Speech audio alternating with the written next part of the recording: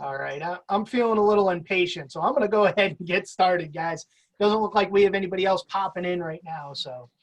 Um, so first of all, thank you for joining us. I really appreciate it. What I want to do today is kind of give you a little insight into who Whitmore School is.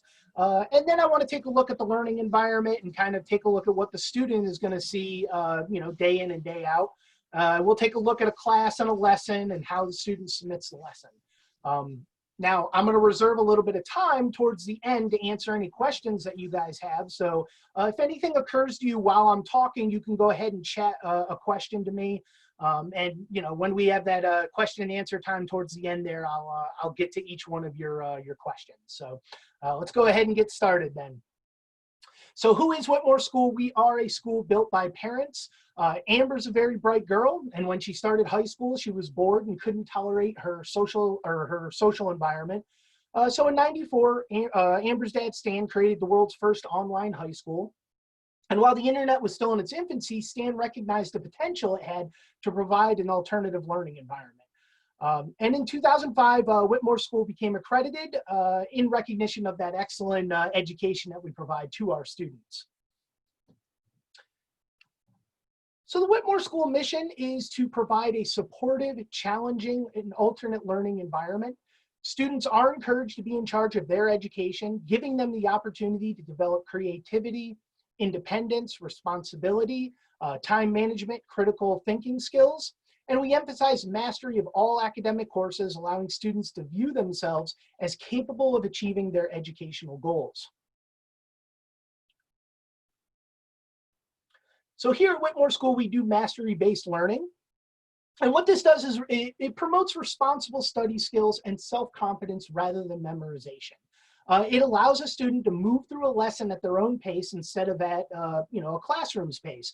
So if a student's really good in, say, English, they can kind of move themselves ahead at a faster pace than they normally would. And let's say they struggle in, say, math, they could take a little bit longer time getting the concepts there and making sure they really master it before they're moved on to the next lesson.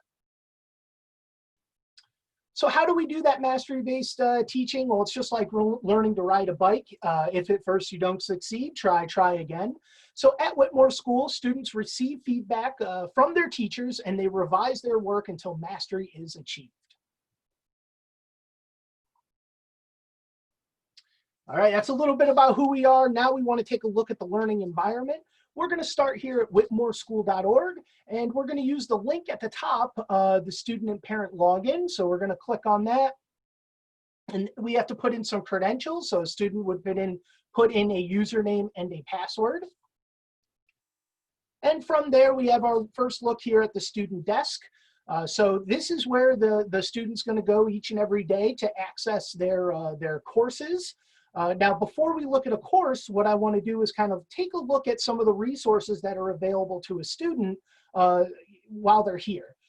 So what I want to do is start on the right-hand side. You can see the section My School Records. It's circled in green here. I want to go over each of these links, and we'll kind of move through each of these quickly, and then we'll end up on the courses and take a look at what that looks like. So the first part we have here is My Profile. So this is a profile that students fill out when they first enroll here at Whitmore School. And this gives our teachers a little bit of insight into who they are and our staff as well. It gives insight into who the student is. And the students can kind of change their answers in there depending on, what's going on with them at any particular time. The next part down, My Personal Graduation Plan. So students can develop their personal graduation plan with their guidance counselor. The student can come here and check their progress towards fulfilling their graduation requirements. Below this, we have the unofficial transcript. So this is a copy of the transcript. The official one has to be signed and sent from the school, but you have access to the unofficial transcript here. Each time a student completes a course, the course gets uploaded here. The GPA is updated. The credits are updated. So you have access to that at any time.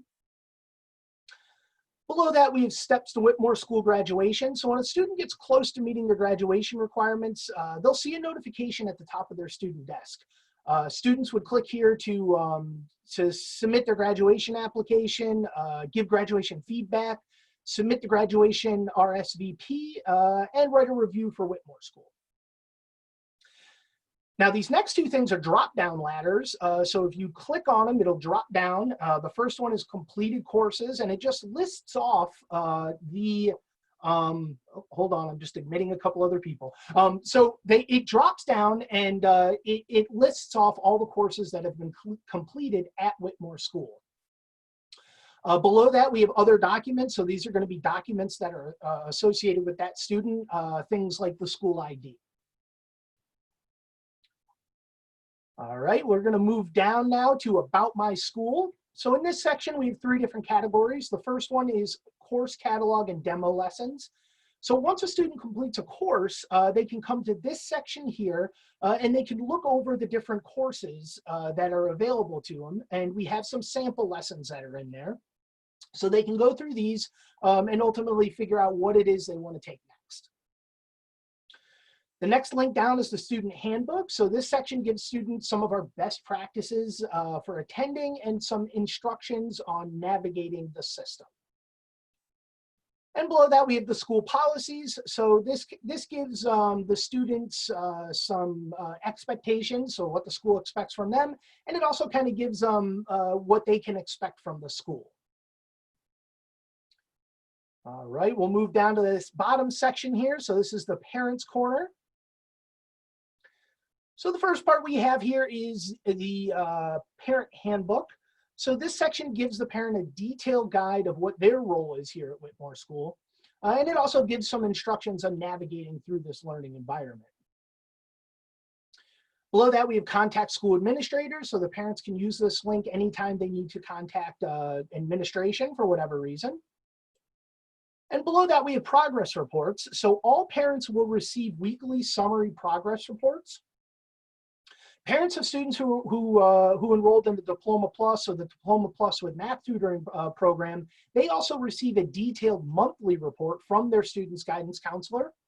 And all of the progress reports are archived here, and parents and students can access them whenever they want. All right, we're going to move over to the left-hand side of the student desk now, and we're going to start at the bottom and work our way up now. So this section here, My Message Board.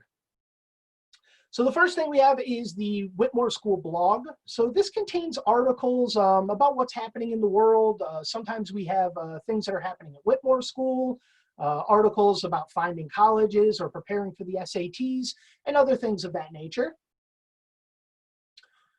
Below that, we have student shout outs. So we have some pretty awesome students here at Whitmore School. So when we catch them being awesome, we kind of like to highlight them. We kind of like to brag on them a little bit. So in this section here, we can just highlight a couple of the students that we see doing some awesome things. And that way your student can kind of see what other students in the student body are doing. Now below that, we have announcements. So I want to draw your attention to the word that says new. It's in red. This is going to be here each time an announcement gets sent out. So what would happen is we send out an announcement. This new message shows up. A student would click on it. They would open it up. They can go through the announcement. Now announcements are archived here, so they can go back and see old announcements as well. And once they look at the most current announcement, that new message is going to go away. And this way the student knows each time Whitmore sends out another announcement to them. Oh, lost myself. All right. So this next section, we're going to move up to My Contacts. So these are all the entities that the student can contact while they're here. The first one, My Guidance Counselor. So students use this link to write to their guidance counselor with questions regarding their scheduled courses or their personal graduation plan. Below that, we have the College Coordinator. So students write to their guidance counselor through this link with questions specifically related to college applications, SATs, ACTs, and things of that nature.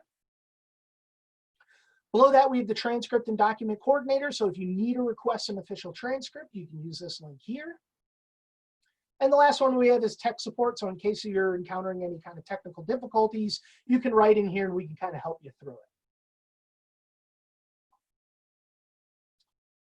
All right, so now that we get to what the courses look like. So you can see here, my course is in progress.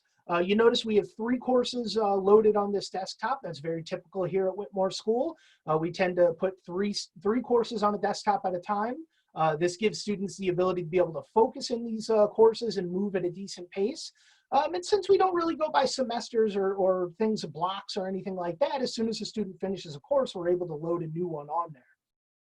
So what I want to do is click on English 9 today, and we're going to look through there. And oh, I forgot, sorry. Before we go there, you could see that there's another message here. It says new, and it's in green. This is just another indicator that there's something in this course that the student needs to do, they need to address.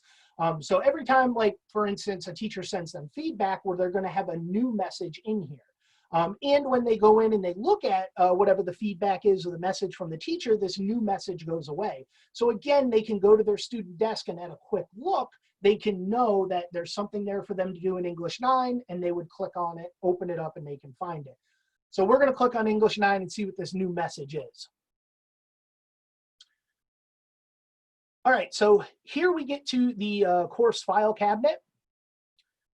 And what I want to do is kind of go over the left-hand side here. We'll talk about that, and then we'll move over to the right. So the first thing you're going to see up by the green arrow is the lessons in progress. So each time a student submits an assignment to the teacher, the assignment is going to move here. So there's 4 columns in this table. The first column is lessons. This is just the lesson number and the title, and they're also linked. So if you click on it, it's going to bring you to the lesson, all the material. It's going to bring you to the correspondence between the teacher and the student. The next column over is the last student post. So this, the way this works is a student's going to submit work to the teacher, and we have a timestamp that's associated with it. So if you could see the top one there, it's 4/10/2020 at 4:55 p.m. Now our teachers try to respond within a 24-hour period, and that's what the next column is for, is this last teacher post. And that's going to tell you when the student or when the teacher has responded to the student. In the next column over, we have a status section. And as you can see here in lesson 24, 25, and 26, it says student response required. So again, a student can open up this section and really quickly see which lessons have something for them to do, have feedback from the teacher. So here we can see really quickly lesson 24. We can click on that, open it up, see what the teacher sent us. Now, once a student receives a grade for their course, it moves to the completed courses section, and that's near that blue arrow. So the first part, it says completed lessons 21 of 27. So this is telling you that 21 lessons out of 27 have been completed. Below that, we have a progress bar, which is a visual representation of how far the student is through the course. And then we have a percentage calculator. So it's 78% of the way complete with this particular course. Now, again, we have another table. There's 3 columns this time. The first one is lessons. And again, that's the lesson number, the title, and it's a link that you can click on. You can access all the material and the correspondence between the teacher and the student. The next column is the grade. So you can see each time your student receives a grade, you can see what that grade is in real time. And then after that, we have the date that the grade was given. All right, I want to move over to the other side now. So on the right-hand side, we start with the lesson title, English 9. And then after that, we have the teacher message. Now, we always ask students to start here with the teacher message. The reason being is this gives the student a little bit of insight into who the teacher is. And the teacher typically gives best practices for that particular course. And it also provides an opportunity for our teachers to get to know our students a little bit. A lot of times they will put some questions in there just to kind of get to know the student a bit. So we asked the students to start here, and what I want to point out is your student would click on student or on teacher message, and they would do that teacher message and send it to them. Now, if you look to the left-hand side now under the lessons in progress, that top lesson is actually a teacher message. So the teacher message moves over to this lessons in progress section, and it stays here throughout the entirety of the course. And every time a student, has a question or they need clarification, this is where they would communicate with their teacher. So now we'll move down to the bottom half of the section here. We have this section that says full course lessons. You would click on this, and this is a link that brings you to the list of lessons in the course. So right off the bat, you can see how many lessons are in this course. You can see the titles of all of them, and you can click on them. They're links to access them.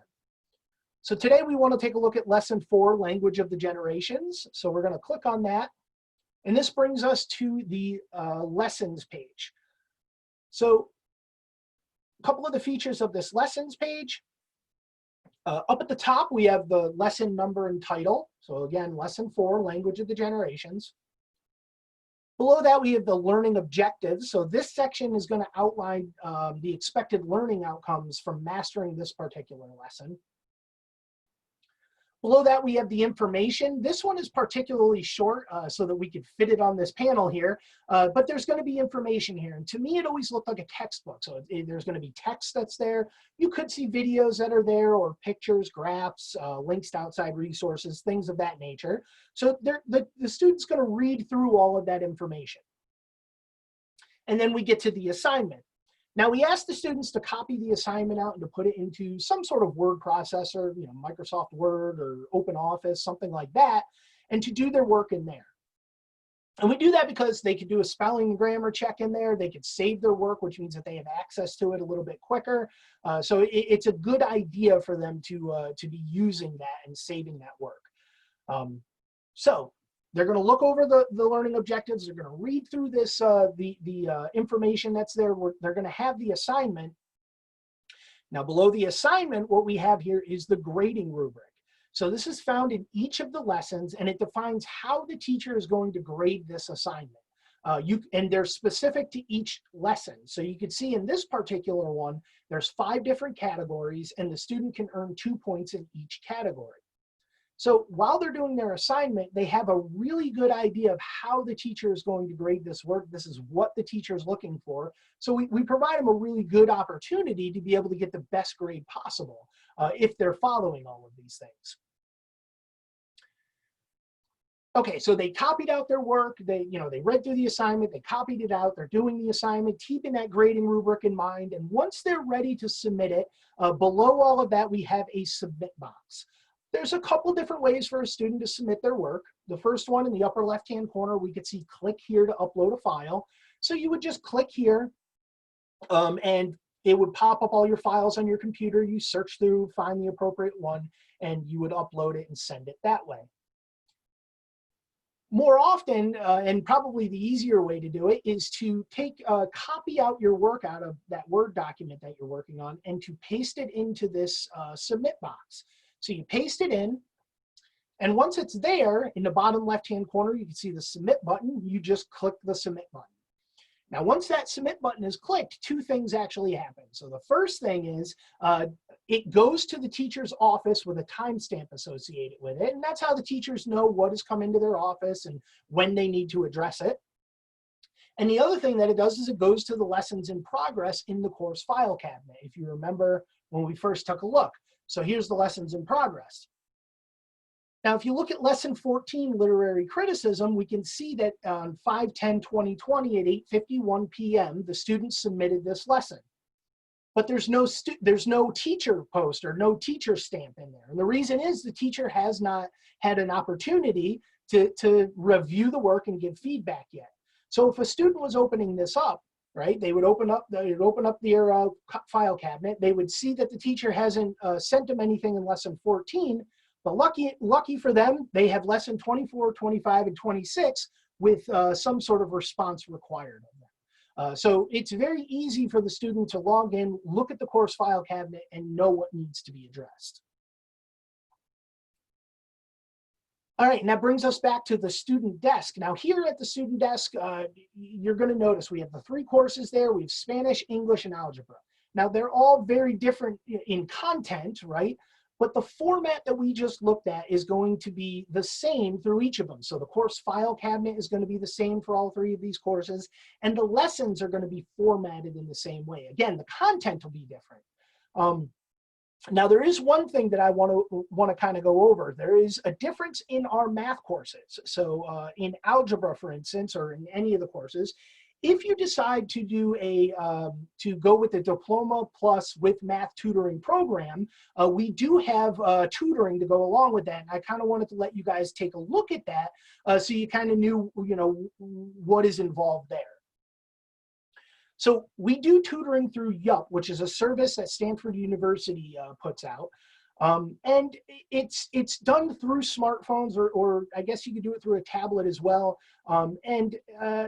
Here, I'm going to let them kind of talk about it, because I have this 30-second clip here, and I'm going to let them kind of go through and explain it, in their own words. So, snap a picture.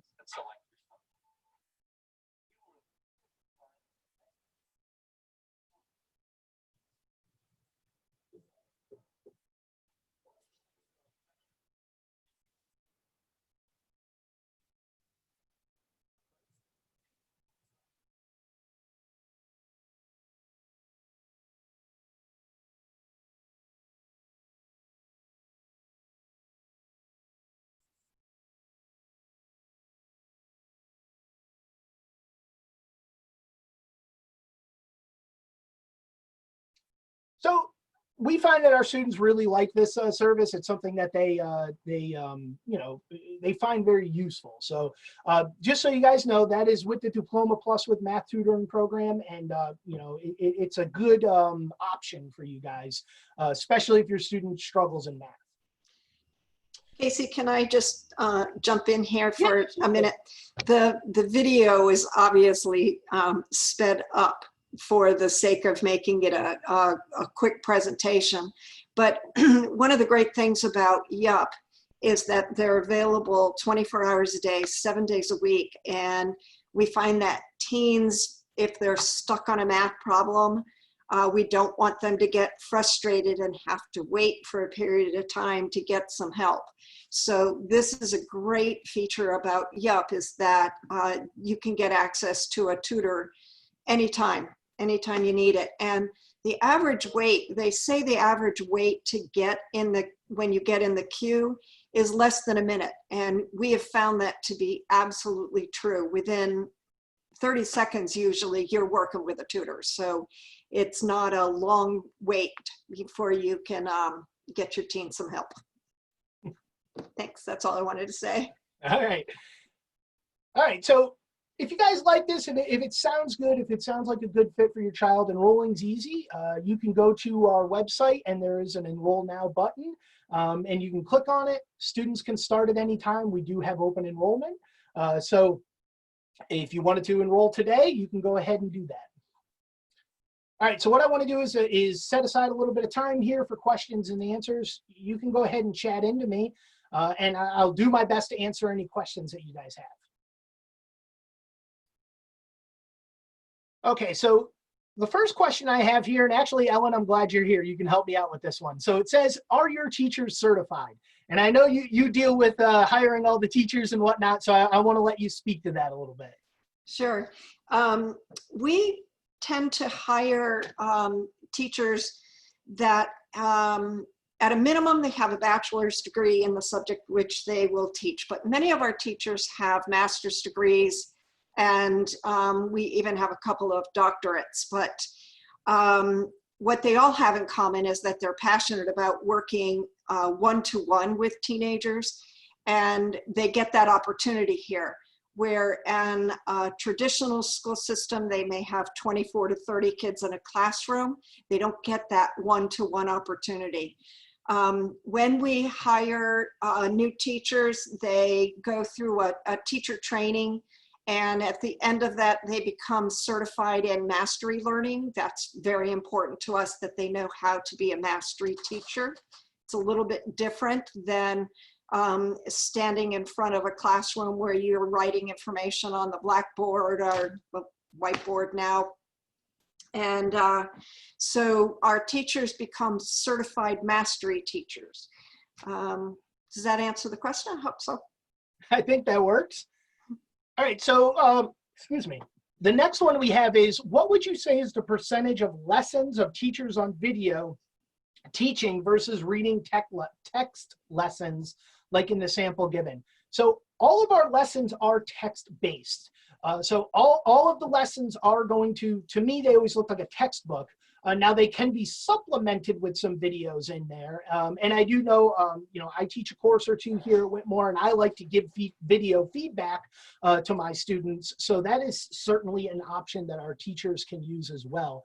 But all of our lessons are text-based. The math courses in particular, many of them will have 4 or 5 videos in each lesson.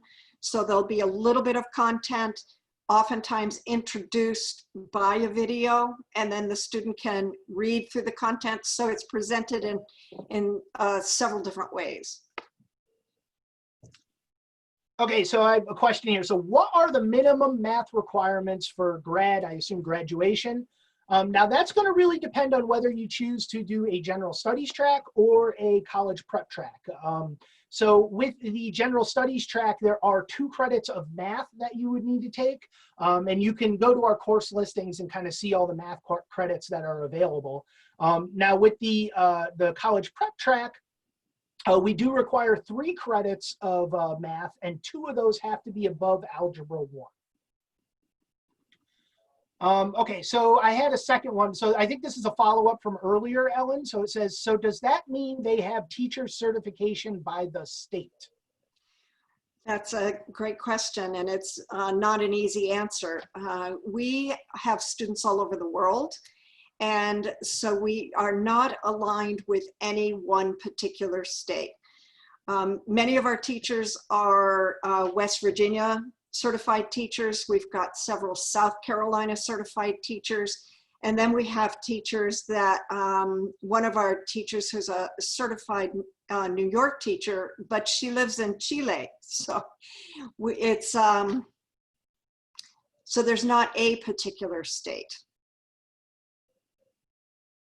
Okay, so I have another one here. So are video chats done between teachers and students where they interact? So again, Ellen kind of touched on this. We have students and teachers from all over the place. So setting up a specific time for teachers to have, say, office hours where they meet with the students isn't really feasible, because we could have somebody here on the East Coast, a teacher, and then we could have a student in Singapore, and it's really hard for them to match up and be online at the same time. So a lot of the interactions between the student and teacher are going to be done through the lessons, so the student submitting assignments and the teacher giving feedback. And we also have an internal messaging system that I showed you, that teacher message that students use to go back and forth with their teachers. All right, so the next one, okay. We got them coming in, it's moving on me here. So Want me to take this next one? I have one that says, how realistic is it to graduate early? Yep. Students are really empowered to work at their own pace, and school is open 365 days a year. So we don't expect students to go 365 days a year. That's really up to you and your family, how you're going to work your school calendar in. But some students set a goal of graduating early, and they can absolutely do that if they put their mind to it, because they can go 7 days a week if they want to. They can go through the summer if they want to. And a few of our students choose to do that. Certainly not a requirement, but it is an option. So the next question I have is, what is the average amount of time it takes for a student to complete a course? Now, if we're talking a 1-credit course, I'm going to assume the student's working 4 to 5 days a week. So going to school full time, it should take them between 3 and 5 months. And it really depends on, the student's work habits, and it depends on how comfortable they are with that particular course. So, if they are really good in the course, they may move a little bit faster because they're doing less revisions and they need less feedback. Then again, if they struggle a little bit in that particular subject, it might take them a little bit longer because they're needing more feedback from their teacher to be able to get them, to that mastery of that lesson. So it's somewhere between 3 and 5 months. I know that's a big range, but that's very, like I said, it depends on the student and their comfortableness, how comfortable they are with the course. Okay, Tackle the so I next have another one. My son likes to tackle, we're moving on me. My son likes to tackle one subject at a time. Is this possible? I'll take that one. You want to take get that one? Casey? Sure. Yeah, go ahead. It is possible, but it probably wouldn't be recommended. We usually schedule students for 3 courses at a time because over the years we have found that's the optimal schedule in order to be able to complete 5 to 6 credits in an academic year, which is oftentimes that's the goal of our families, is they want their students to be able to graduate from high school within 4 years. However, it's really up to you. And if you know your son works best working on one subject at a time, we're absolutely open to letting him try that. And just know that if you choose to go through school that way, it may take longer than 4 years to graduate. We're fine with that too. So it's really up to you how you want to tackle the courses. So this next one's, it says, do you have to pay extra if you move through courses quickly? So let me explain the way this works, because it's not exactly paying extra. So the way this works is you're going to choose a diploma program, and those are good for 6 credits or 12 months, and it's kind of whichever one comes first. So if you finish off, let's just make this up here. So let's say a student finishes off their credits, their 6 credits in 6 months. What we allow you to do is re-enroll for the next year, but you're able to start right away. So I don't know if you want to call that paying extra or if it's just moving yourself ahead through things a little bit quicker. So essentially, you're not held back by like a time, meaning you don't have to wait till the end of the year and then start on the next year. You're able to finish off a year a little bit quicker and start on the next one, if that makes sense. Now, the next question, how many courses can you take at once? Typically, we default to 3 courses at a time. And Ellen kind of touched on this a little bit earlier. We do find that is kind of the golden area for students, is 3 courses at a time. Now, we have been known to put them in 4, depending on if one of those are like a PE course, for instance. But typically, we like to keep them around 3. We have found that if we load students up on courses, that they'll only concentrate on 3 of them, and they're not really moving very fast in their 4th or 5th course. So we tend to stay in that 3 range there. The next one, will they take SATs? If you want to go to college, taking an SAT is definitely a good option.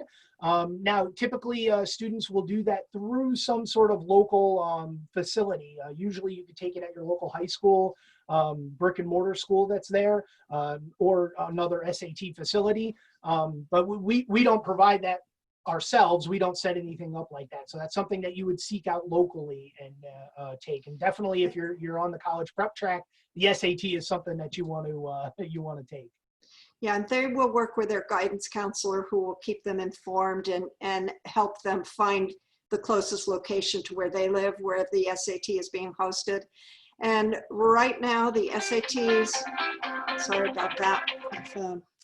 The SATs and the ACTs have sort of been on hold through this COVID crisis. And I don't know what the status is going to be in the fall, if they're going to begin testing again or not. Many colleges have gone to a test optional, which, and I don't know how long that's going to last either, if that's going to be a permanent fixture, with many universities saying that you can take the SATs and submit your scores if you want to, but it's not a requirement. It's all kind of up in the air at this point. All right, so the next one says, how many students are enrolled? And that's a little bit of a tricky one right now. We've been having quite a bit of enrollment over the last couple of months, as you guys can all imagine. Ellen, do you have any updated numbers on that? I know we were around 1,100 a while ago, but I don't know where we're at. We're over 1,200 at this point, and but we've been able to maintain our student-teacher ratio at a really comfortable level of 14:1. And we've been able to increase our guidance services so that we're still able to offer that, that real one-to-one attention that we've become known for. The question also asks how many students eventually graduate. We actually have a very high graduation rate. And part of that is because we count how many of the students who enrolled graduated.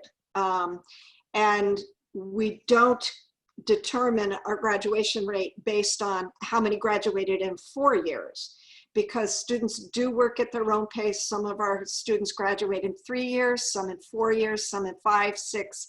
And actually our most senior started high school at the age of 57, and she graduated when she was 65. So, but anyway, so our graduation rate is 86%. So we're pretty proud of that. Students who enroll with us and intend to graduate can do that.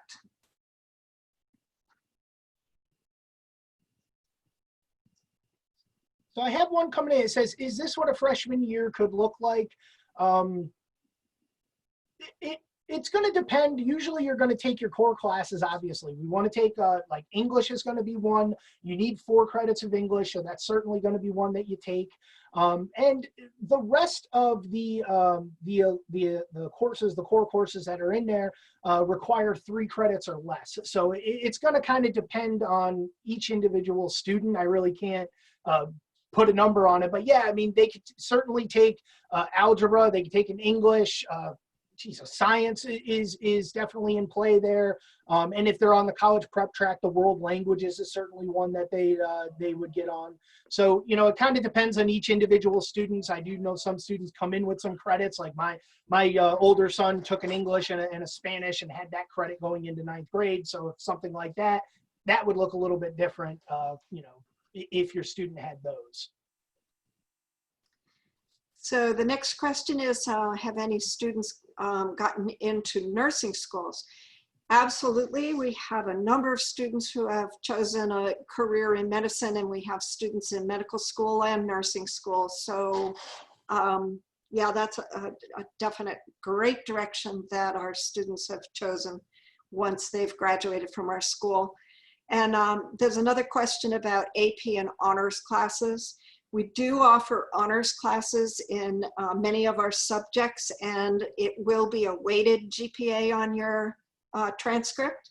At this time, we don't have any AP courses through our school. However, working with your guidance counselor, she will help you locate a place where you can take an AP class that would transfer into our school. And many states now have virtual programs where AP courses are offered, and in many states they're free. So your guidance counselor can help you track that down and how to register for one of those.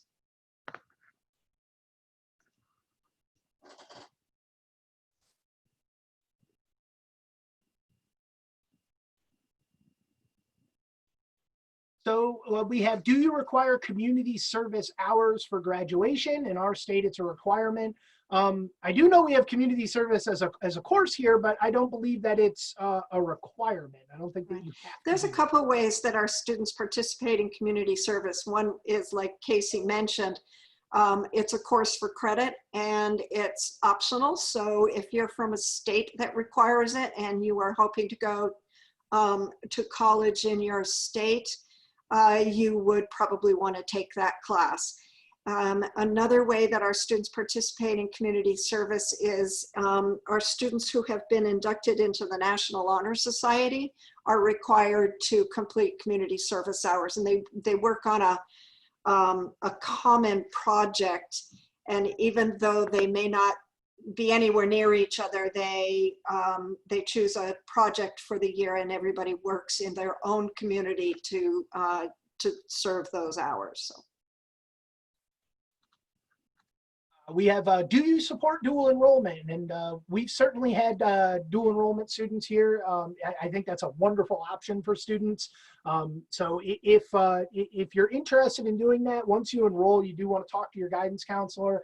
I believe that they want to make sure that, you know, the school's going to give out a transcript so that we can update it into our system. But yeah, we have had students do dual enrollment in the past. I am just so impressed with all these great questions. The next one is, would a teacher get to know a student enough to write a letter of recommendation for college university applications? And the answer is yes. And your child will work very closely with your guidance counselor, and your guidance counselor will help with the whole college application process. But I want to tell you from my personal experience that when my daughter was at Whitmore School, she came from a public school where she was intimidated and humiliated, didn't want to raise her hand and ask questions in front of her peers because she didn't want to appear that she didn't understand the lesson. So she would never raise her hand and ask a question in public school. And yet here, she felt completely comfortable writing through teacher message and asking questions. And she knew that there would be no humiliation and no embarrassment in front of other teens. And the teachers were always so supportive and would just happily answer all of her questions. So she felt that she got to know her teachers here a lot more than she ever did in a face-to-face brick and mortar school. So we have, do students need extra outside activities for graduation, such as scouts or sports, things of that nature? We don't require anything outside of that, except for maybe the PE course that does require you to do some physical activities. So, you know, you would have to do that at your home environment, obviously, but there's nothing that is required as far as, you know, having to do any of those things. However, we do have a flexible schedule, right? So it's great that students can get on and work when and where they want to. So it allows students to be able to go out and do those activities. And it's especially good if you guys are thinking about going to college. You know, it gives you the opportunity to have that flex time to do those extra activities that look good when you are, you know, applying to colleges. Yeah, again, I'll just tell you a little bit more about when my daughter was a student here.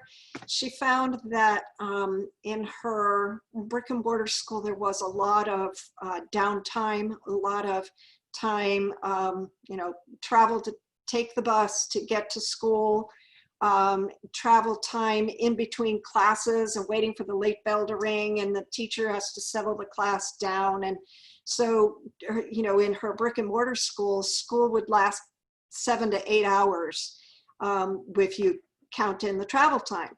And she was pleasantly surprised that at Whitmore School, she could complete her schoolwork in 3 to 4 hours a day. And it gave her much more free time to do the things she loved. She was a dancer, she was a gymnast, and she also held a part-time job. And she loved the freedom to be able to do all of that.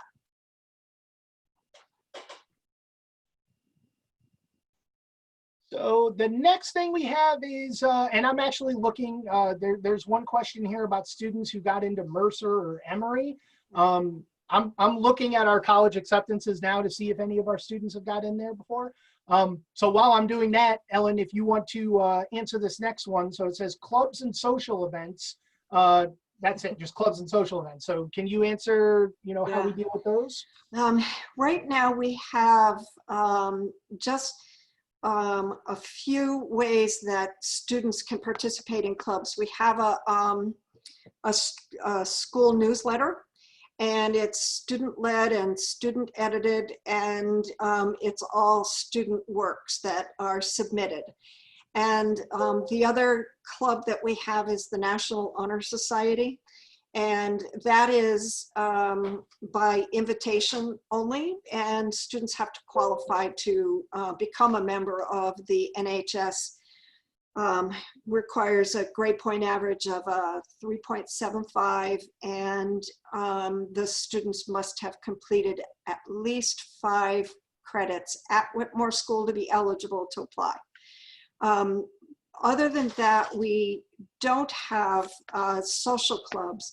It's a little bit impractical sometimes when you have students all over the world in every single time zone to try and be able to hold social events that wouldn't exclude certain people because of the time differences. So right now, what we have is the newsletter and National Honor Society. So going back to that other questions, I looked at our college acceptances. I don't see anybody who's accepted in the Mercer or Emory. That doesn't mean that we haven't. It's just not on our list. So you could be the first. Yeah, exactly. Be the first, because if you guys ever go on there and look at our website, it's a huge list of colleges that our students have been accepted to. So I've always found it kind of impressive. So, tagged onto your last part is, can students connect with each other? Now, I would say we do have social media, which means that, if a student gets on there and they're following us, they may be able to connect with other students that way. But we have a limited platforms for students connecting with each other.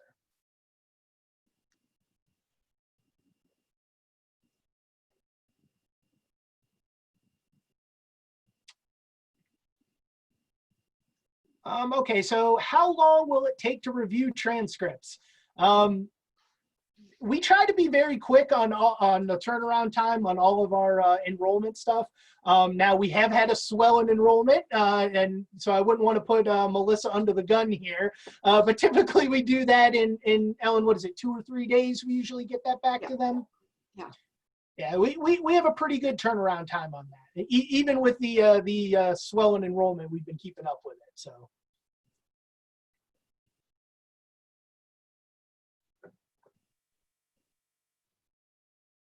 All right, anybody else? These are great questions. We really appreciate you taking the time to come to our live virtual open house and ask such great questions. Well, it looks like we're drying up a little bit. So, any last minute ones, go ahead and get them in there. Maybe I can get you before we leave. But if something occurs to you later on, you can give us a call, 844-409-0521. We also, on our website, you can go there and we do have a info request form. So you would go in there and you can kind of fill out the, the topic of whatever you want to ask, and you can send that to us and we can get a response to you that way. Or if you want, you can send an email to info@whitmoreschool.org. If you guys, if something occurs to you later on, please use one of these ways to get a hold of us, and we'd be happy to help you out. Here's a good question right here at the end. This is a good one. So, can you send this recording? And yes, we are going to process this. It takes a little bit of time to process and for me to edit it a little bit, but I'm going to get that to Ellen, and she'll get it out to you guys hopefully soon here. Here's another good one before we go. So, will a Chromebook suffice, or should we purchase a PC? The only thing I know about a Chromebook, or at least it was a potential issue, is that it wouldn't run Java, and the videos and the lessons usually require JavaScript. So I don't know if your Chromebook can run Java, but if it can, then you're fine. Excellent. So it looks like we had somebody sign up yesterday. I love that. That's wonderful. All right, guys. Well, it seems like we're kind of at a good stopping point. So, please, if anything occurs to you, please reach out and we will be happy to answer you. Otherwise, go ahead and hit that enroll button. We'd love to see you guys join us for this year. Bye, Jocelyn. It was great to see you. All right. We'll see you guys later.